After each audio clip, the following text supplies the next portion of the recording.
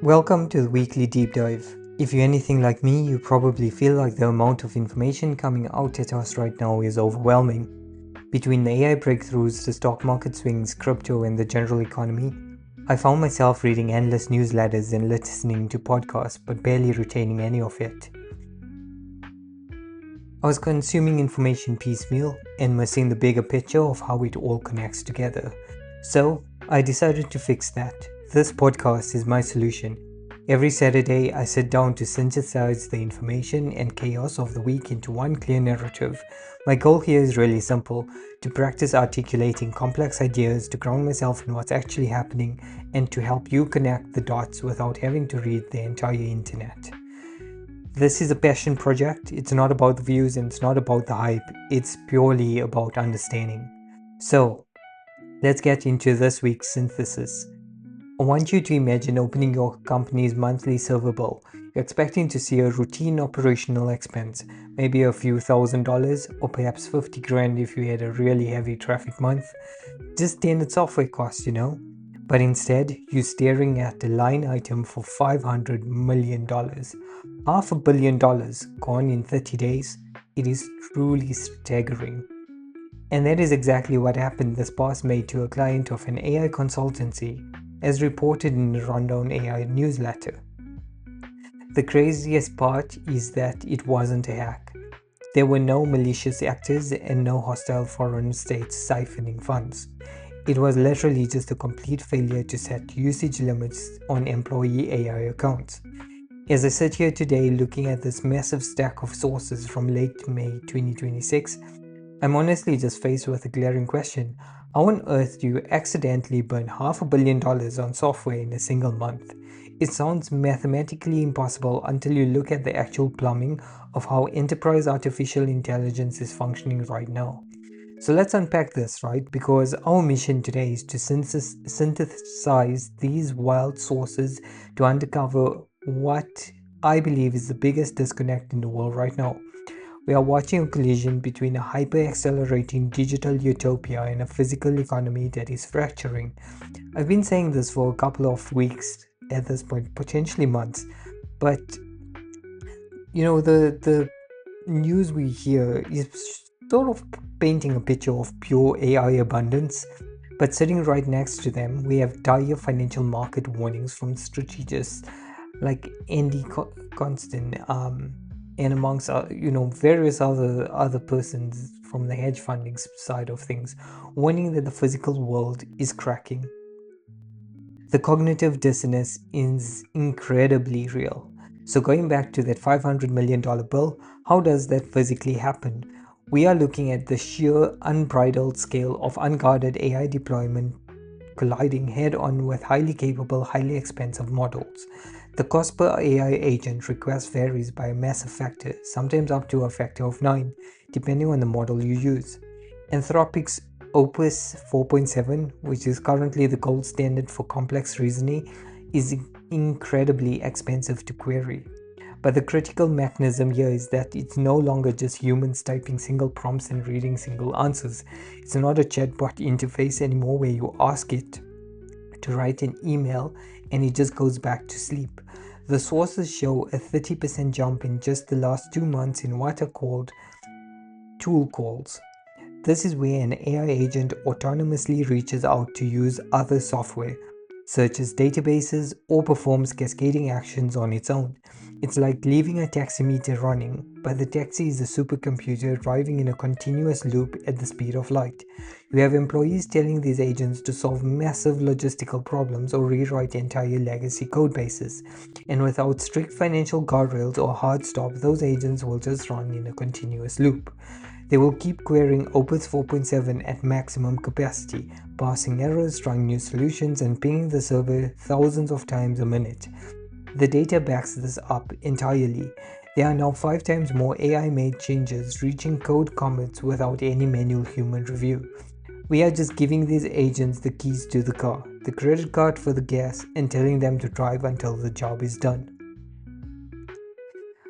So this exactly explains why the $500 million mistake is so indicative of the era we are in right now. You don't need to build a massive physical factory and mismanage a whole supply chain to burn $500 million anymore. You just need a bed setting configuration on an enterprise software account. The financial burn rate of unguarded tech is entirely unprecedented in corporate history. And that story really sets the texture of this whole deep dive today, because if the corporate world is blindly unleashing these agents, you have to ask how the rest of humanity is responding to the sheer scale. It's not just tech insiders noticing this anymore. The moral authority of the world is stepping in, which brings us to a detail in the sources that honestly gave me goosebumps. Pope Leo XIV just published his first encyclical. For those unfamiliar, an encyclical is a massive 42,000 word document representing one of the highest forms of papal teaching. He is directly equating today's AI revolution to the Tower of Babel. He draws a direct, unbroken line between the Industrial Revolution, which mechanized physical labor, and the AI revolution, which is mechanizing cognitive and moral labor. But the details that really stopped me in my tracks was who was sitting in the room at the Vatican for these discussions. Christopher Olaf, a highly respected researcher from Anthropic, joined this Vatican summit. He revealed that researchers at Frontier Labs are starting to see states in AI that resemble joy, fear, grief, and unease. AI grief. I know it sounds like pure anthropomorphism, but it's a vital distinction. In neural networks with trillions of parameters, you stop programming specific behaviors and start observing emergent properties. When an AI is trained on the totality of human experience and asked to navigate complex, contradictory moral prompts, it enters states of deep systematic conflict. It's not biological grief, but a structural state of unease, the mathematical equivalent of being paralyzed by a lose-lose scenario. Ola admitted that every frontier AI lab is operating inside incentive structures that can directly conflict with doing the right thing, and that is exactly where the Pope's warning comes in. He explicitly warned that the drivers of this technology are private transnational companies that already surpass the regulatory capacity of many sovereign governments. He's basically saying we have built the Tower of Babel, but this time it's owned by 3 companies in Silicon Valley. He is calling for AI to be freed from monopolistic control. He is deeply concerned about what happens to human dignity when a machine that exhibits unease is used to relentlessly optimize human labor. Crucially, he made a hardline statement regarding geopolitics. He stated that lethal decisions must never be delegated to AI because no algorithm can make war morally acceptable. It's honestly a terrifying thought when you imagine that $500 million runaway agent operating in a defense context. But just as you start to feel completely overwhelmed by the moral weight of this, the sources hit us with a massive breakthrough in pure objective logic. We go from the Vatican warning about algorithmic grief to Google DeepMind pulling off a $200 math miracle. This is the story of AlphaProof Nexus, and it represents a paradigm shift that changes the trajectory of what AI is mathematically capable of. Last week, OpenAI made headlines saying they cracked an 80-year-old math problem, but then Google DeepMind quietly stepped in and did them 8 better. AlphaProof Nexus autonomously solved 9 open math problems, 2 of which had been completely unsolved by humans for 56 years. And then the kicker is it cost them just a few $100s in compute power to run the system. To understand why this is so revolutionary, we have to define a concept called formal verification. Up until very recently, large language models were essentially incredibly advanced prediction engines. They guessed the next most logical word based on training data, which made them prone to confident hallucinations. But formal verification changes that entirely. AlphaProof Nexus paired generative AI with specialized proof assistant called Lean. It's like taking a brilliant, highly creative artist and locking them in a room with a ruthless, humorless accountant who demands receipts for every single brushstroke. The language model proposes a created mathematical leap, translates it into the Lean language, and Lean rigorously checks every logical step against unbreakable mathematic axioms. There is zero room for hallucination. If the AI hallucinates a step, then rejects it immediately and the AI has to try again, repeating this loop millions of times over and over. When it finally passes, it is mathematically objectively true. This is the definitive leap from AI regurgitating text to AI generating novel, undeniable scientific truth at machine speed for the cost of a nice dinner. And the implications are staggering because if you can formally verify math, you can formally verify physics, chemistry, and biology, which brings us right to the biological data in our sources. Mark Zuckerberg and Priscilla Chen's BioHub just dropped ESM Fold 2, a world model trained on 2.8 billion protein sequences. It successfully mapped 6.8 billion sequences and predicted 1.1 billion structures. The human mind cannot even visualize that number. But what it means for the real world is that if you know exactly how a protein folds, you can design a molecule that fits it into a perfectly, like a key into a lock. ESM Folds 2 ESM Fold 2 is already designing binders against cancer and immune targets, hitting success rates between 36 and 88% in the lab. It is turning biology from a massive, messy trial and error experiment into a precise engineering problem. This gives massive credence to Google DeepMind CEO Demis Hassabis, who states that artificial general intelligence is on track for 2030. He expects AI to cut the drug discovery timeline from 10 years to a matter of months, combine the formal verification of AlphaProof Nexus with the biological mapping of ESM Fold 2, and you have an infinitely scalable digital economy curing diseases and generating limitless output. And this output is already translating into massive financial reality for these tech companies. Cursor, an AI coding assistant, just hit a staggering $3 billion in annual recurring revenue. In just 18 months, the lines of code added per developer per week jumped from 3,600 to 8,600. Mega pull requests where a developer changes over 1,000 lines of code at once are becoming the baseline standard. But we need to pause here and look at the massive caveat to that success.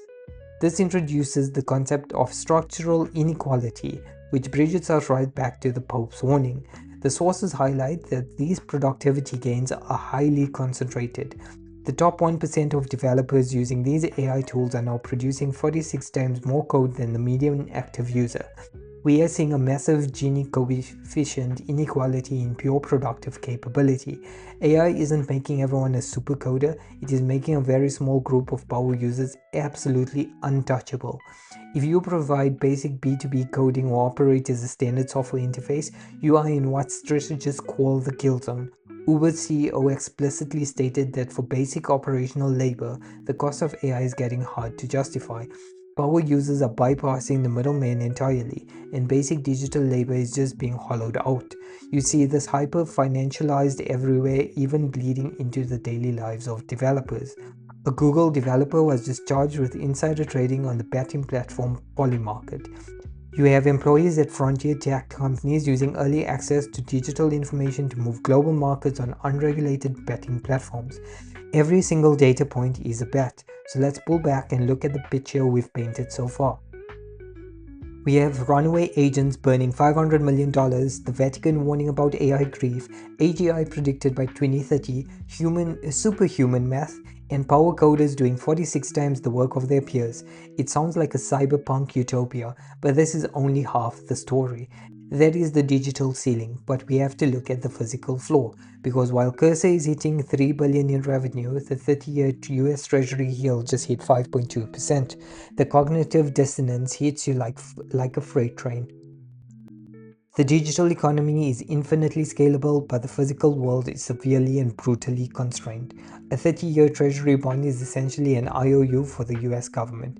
When the yield hits 5.2%, the highest level since right before the 2008 financial crisis, it means investors are terrified. They look at the US government sitting on $39 trillion in public debt and they demand a massive premium just to take on the risk. And when the government has to pay 5.2% to borrow money, everybody else has to pay more. Mortgages go up to 8 to 9%, corporate loans double in cost, and the physical world just gets choked off from capital. Right now, the physical world is under immense compounding stress from all sides. Geopolitically, the Strait of Hormuz is closed due to the Iran war, cutting off nearly 20% of the world's oil flow. Because it's closed, oil is up 60%. European natural gas is up 54%, and fertilizer is up 20%. These are not digital tokens, they are the physical inputs required to run civilization. You cannot eat code and you cannot heat your home with a mathematical proof. The stock market is pricing in the hopes and dreams of this AI boom, willfully ignoring the structural rot of the physical debt market. The wealth disparity making this illusion possible is stark, with the top 10% of Americans now accounting for 50% of all consumption. We need to look at what the smartest people in finance are actually doing about this disconnect. Jamie Dimon, the CEO of JP Morgan, is the ultimate canary in the coal mine because he has direct visibility into the plumbing of the corporate America. He publicly stated he personally would not buy corporate credit spreads at current prices. He sees that investors are complacent, but he knows these corporations cannot afford their borrowing costs with yields this high. He invoked the cockroach principle, meaning if you see one major corporate default, there are dozens more hiding in the walls. And the sources show the cockroaches are already here. The first half of 2025 saw large company bankruptcy filings running 81% above the long-term average.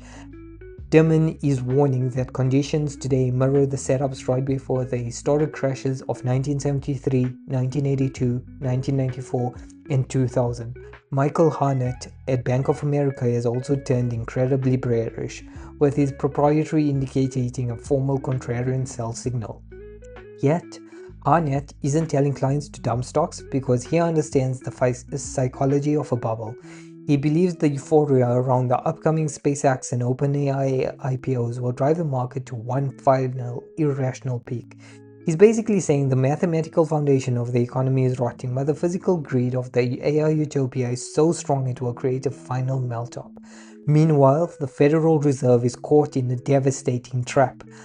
Fed Governor Chris Waller has publicly warned that he can no longer rule out raising interest rates because inflation expectations are becoming unanchored. The producer price index is sitting at 6%, driven by those massive spikes in oil and fertilizer. It takes 3 to 6 months for the factory level pain to filter down to the consumer, meaning the full devastating effect hasn't even hit yet. Kevin Walsh, the expected Fed chair pick, is walking into an unwinnable situation. If he lowers interest rate to stimulate the economy, the global bond market will panic over inflation and dump US treasuries, causing yields to spike regardless. If he keeps rates high, the US government is forced to keep paying over $1 trillion a year just in interest payments. So how do they get out of it? They change the scoreboard using a statistical sleight of hand called trimmed mean PCE. They literally strip out the extreme price spikes in energy and commodities, present a scrubbed number, and claim inflation is under control so they can cut interest rates. So how do you protect your portfolio in a world where AI is creating super workers but the physical government is going broke? The smart money is using a barbell strategy, as I mentioned in previous weeks. You want your capital heavily weighted on the two extremes, defensive hard assets on the one and hyper-digital infrastructure on the other. Avoid the messy middle at all costs. Central banks globally bought 1,000 tons of gold in 2024 alone. They are choosing zero-yield gold over 5.2% treasuries because they know fiat currency will be aggressively debased to pay off government debt. They are preparing for a sovereign debt crisis. The exact moment global investors stop trusting the government's ability to pay them back, Japan is in the live fire example right now, trapped in a 260% debt to GDP doom loop. To stop their currency from collapsing, Japan is actively dumping massive stockpiles of US treasuries onto the open market. This pushes the US interest rates even higher, strengthening the dollar and weakening the yen further in a financial death spiral. Iran is now explicitly demanding Bitcoin for its oil exports as an insurance policy against US sanctions and inflation. So the defensive side of the barbell includes gold, Bitcoin, oil, and copper, which is the physical bottleneck of the AI revolution. On the offensive side, the smart money is playing the picks and shovels. This means owning compute power, the energy grid, foundational biotech platforms, and AI security infrastructure like Anthropic's Mythos model, but you must avoid the kill zone in the middle of the barbell, primarily leverage loans in private equity. There's 5 to 6 trillion in leverage loans inside highly indebted private businesses that cannot survive 6% interest rates. When those companies default, institutional pension funds take massive write-downs and are forced to sell their liquid public stocks. That is how the private credit crash affects the public stock market. The most underappreciated catalyst to watch right now is the Strait of Hormuz. If political pressure forces a ceasefire and reopens the strait, oil plummets, inflation cools, the Fed cuts rates, and the stock market goes on a massive euphoric run. But it is a phenomenal trap. It's a temporary sugar high that doesn't fix the 39 trillion in US debt or the collapsing private equity loans. The debt-adjusted Buffett indicator is sitting well over 100%, a level only seen at the peaks of the 2000 and 2021 bubbles. We are priced for perfection in a world that is structurally fracturing. If you take one thing away today, let it be the contrast between the digital ceiling we are building and the physical floor we are standing on. I want to leave you with a final provocative thought. If Demis Hassabis is right and an artificial general intelligence arrives by 2030, generating infinite economic output at zero marginal cost, does a $39 trillion physical debt even matter anymore? Can indefinite digital growth outscale our historic physical mistakes? Or will the inescapable physical limitations of the real world break the global system before the AI utopia arrives to save it? It is a literal race between the servers and the bond market, and you and I are sitting in the front row. Thank you so much for taking this deep dive with me today, and I will see you next time.